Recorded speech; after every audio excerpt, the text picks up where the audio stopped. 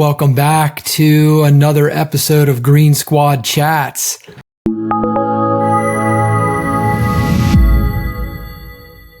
Today, the team is going to talk about niching down and the popular advice for entrepreneurs to niche down, not only niche down, but sometimes you hear, triple niche down, get so specific with what you're doing, that it'll be easier to find the exact person, right, that you're meant to help. And we have some differing perspectives on that. Like with a lot of things, it's not black and white. And so today we're going to discuss the kind of the different perspectives we have on that advice of niching down. So let's kick it off. Who wants to kick it off? So I'll start.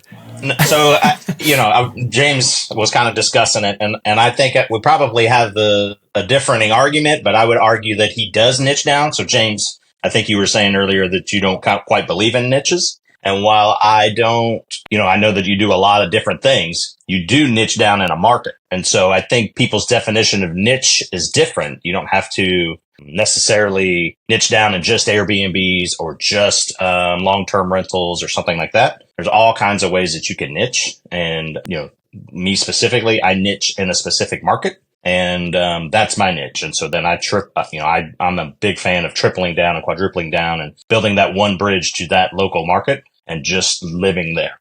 So I guess we kind of agree/disagree, James. Well, before you jump in and answer that, I do have a question for Marty. So what benefits have you seen from niching down in your market? Well, me personally, I niche down and then I tell everybody that will listen that is my niche. And so then it allows me to start networking and becoming the go-to guy in my local market. And so then I'm getting all those off-market deals and I'm helping people, local people invest here and that sort of thing. So me being very, very vocal about my niche gets me access to things that I necessarily wouldn't have if I didn't do that. Yeah, I think I niche down in certain ways, but I see some people that are like, you got to go for the most specific thing. And it's just like, it is so specific that I think in a way you might be limiting your opportunities. So I'll describe a way that I niche down. I do development in Tampa and I will only do it in certain zip codes. And the reason I do that is because it allows me to, realistically, it allows me to save my time. And so if I restrict myself to only 8 certain zip codes, if somebody sends me something they think is a deal, I can discern extremely quickly if that is a deal because I'm so familiar with those areas. Now, if somebody sends me something, a zip code outside of what I normally do, I'm like, I don't really know because I don't look at that area very often. And so it's easier for me from a time and effectiveness, efficiency standpoint to just be like, I'm just simply not even going to look at it instead of going down this research project of like, hey, could this be a good deal? Under what circumstances? What's the cost per unit? I'm also kind of like, it's outside maybe city of Tampa boundaries. So now I have to learn some different nuances of a different municipality, which then you get into a whole crazy other world of are there different utility hookup costs? Are there slightly different approach for the trees? Because tree stuff here is a big concern with development. So I do niche down in that way. And I am focused on the Tampa market. But I don't think I'm so niche. I guess I don't think I'm as niche as I hear some people proclaim that you need to be. And it works pretty well for me, but I don't know everything. I think I'm a bit of a fence sitter, whether or not to have a niche. And I guess that means I'm aligned with Marty and that we all have a niche.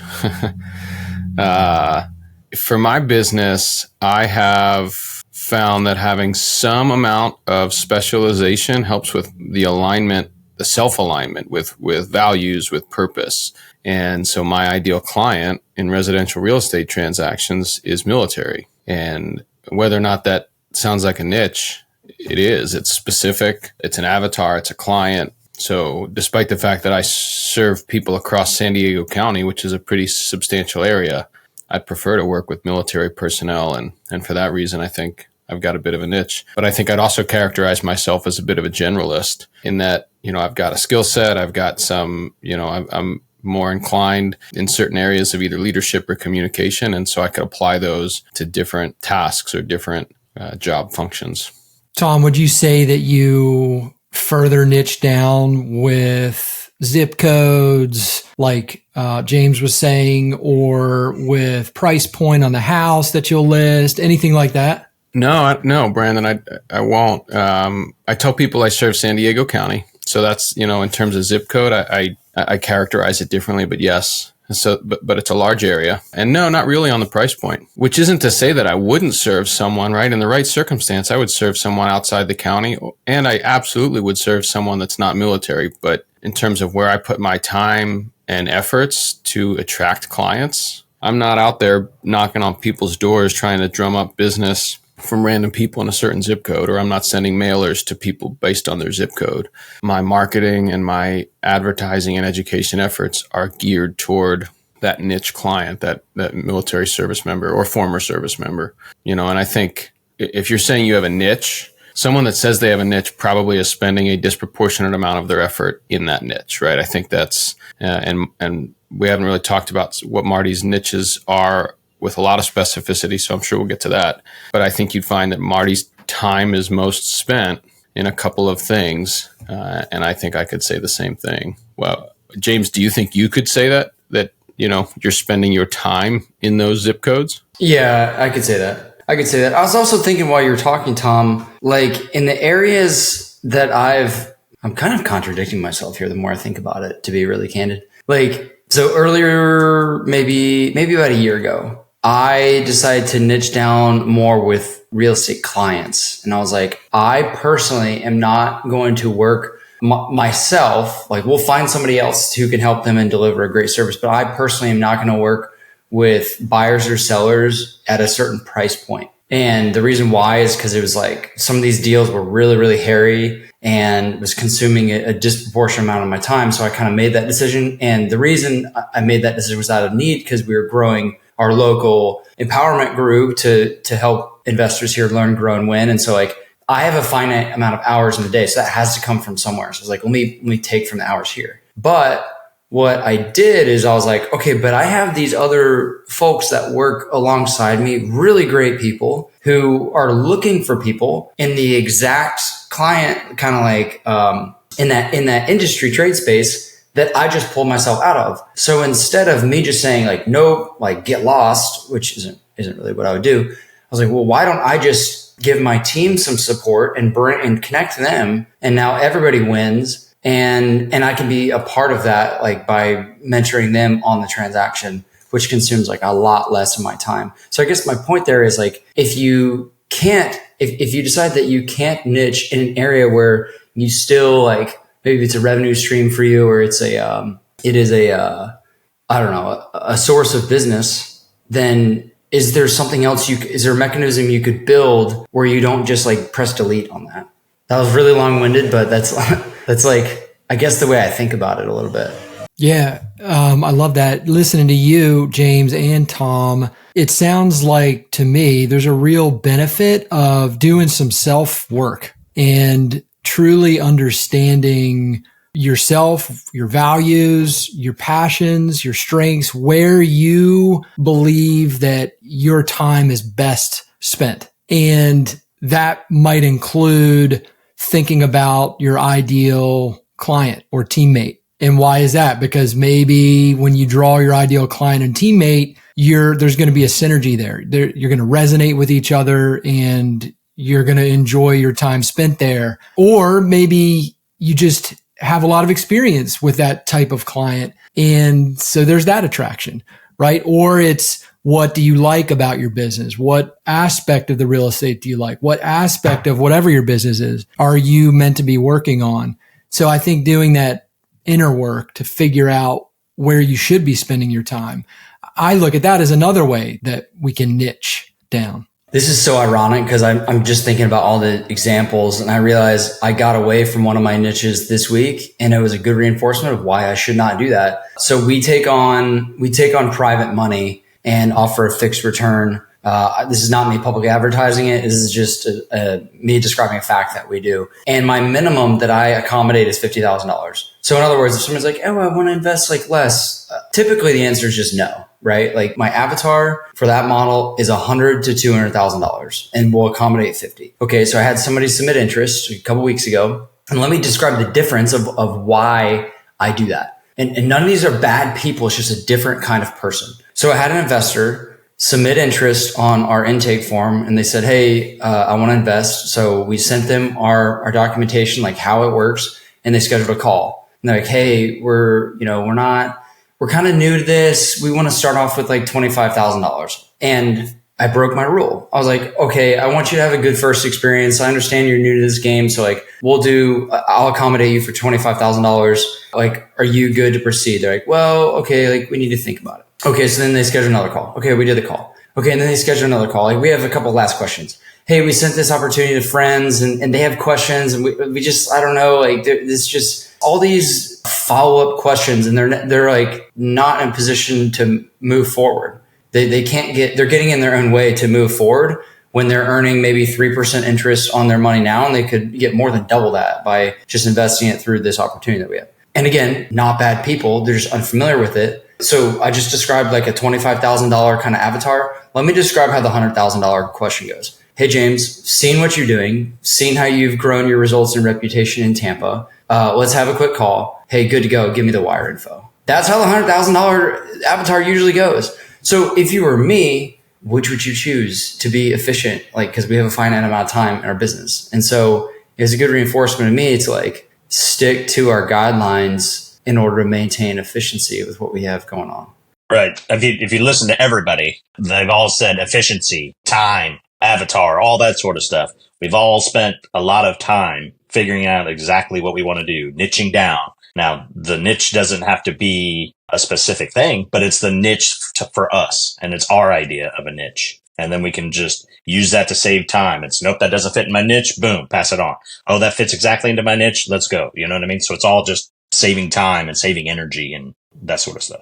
Brandon, you've asked some questions. What's your niche? Do you have one? Yeah. So I was going to offer an example outside of real estate, right? So as a coach, I really try to focus on leaders who are in some type of transition. So they could be entrepreneurs. They could be a leader in an organization where they're moving from one set of responsibilities to a brand new set, typically from an area of expertise and technical capability to an area where they're now leading people, which is a lot different. And so that's one. And two, it's growth-minded, lifelong learners who believe in a couple things. One, they believe in their own capabilities. And so they're not really looking for somebody to tell them what to do. They're looking for somebody to help them uncover their own path because they have unique circumstances, and they value being on a team. They understand the benefits that come from working around other growth-minded people. And so that's where, if you look at my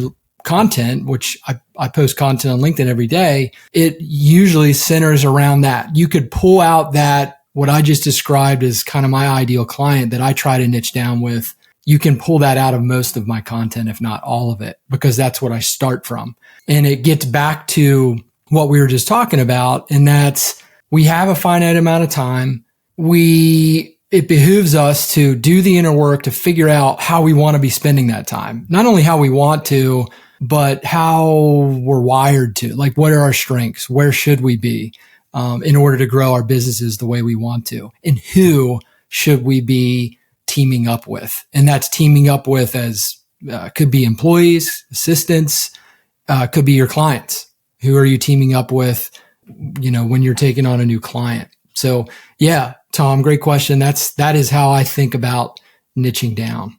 Brandon, you also go a step further. You just said you niche down into LinkedIn to find that. You use specific programs to help run your blueprint process. You know what I mean? So you're niching down. There's not just one niche. You're not just niching into coaching. You're niching into a specific person to coach. You're niching into a specific way to find that person. You're niching a certain way to help that person. Yeah, it's a great point. So while I do put out content right on other channels, I've found that for me in my industry, in professional coaching, that LinkedIn tends to have the people I was just talking about, the avatar, right? They're basic growth-minded learners. I tend to find that they hang out on LinkedIn a little bit more than some of the other platforms. Not to say they're not hanging out on other platforms. It's just my personal experience. I've found more on LinkedIn. Yeah. But yeah, you're right. All of it really stems, again, I'll just go back to it again, the inner work. What are you doing to figure out for yourself, like what matters to you, what you value, what your current purpose is, right? And even if that changes, what is it right now in this time and place? And getting that true understanding is something I would recommend really anybody does kind of first or at the same time that you're starting out, because that serves as your foundation that you can build off of. I don't know if anyone has any thoughts on that. And your niches can change over time, right? Maybe all of a sudden you get, 10 clients from Facebook. Well, now you're going to be like, well, wait a minute, maybe I'm missing an opportunity here. So then you start niching into Facebook more or, something like that. So that's where I think the gurus get it wrong is that, they're like, build this bridge, one bridge. It's got to be long-term rentals or whatever it is to this island that you're trying to get to. Well, it's like, well, no, I can build more bridges, but I should use one contractor to build each bridge, I guess is probably the way I would put it. Yeah, I love that. Something just came to my mind, 80-20, right? So you've done the inner work, you understand where you should be spending your time, and so that's where you spend 80% of your time. But to your point, Marty, you don't know what you're missing, you don't know what you don't know, and to me, it's good to have an open mind and welcome those different perspectives. So maybe the 10 to 20% of your time, maybe you're throwing out little tests on different niches or different aspects of your niche or different platforms to market on or whatever.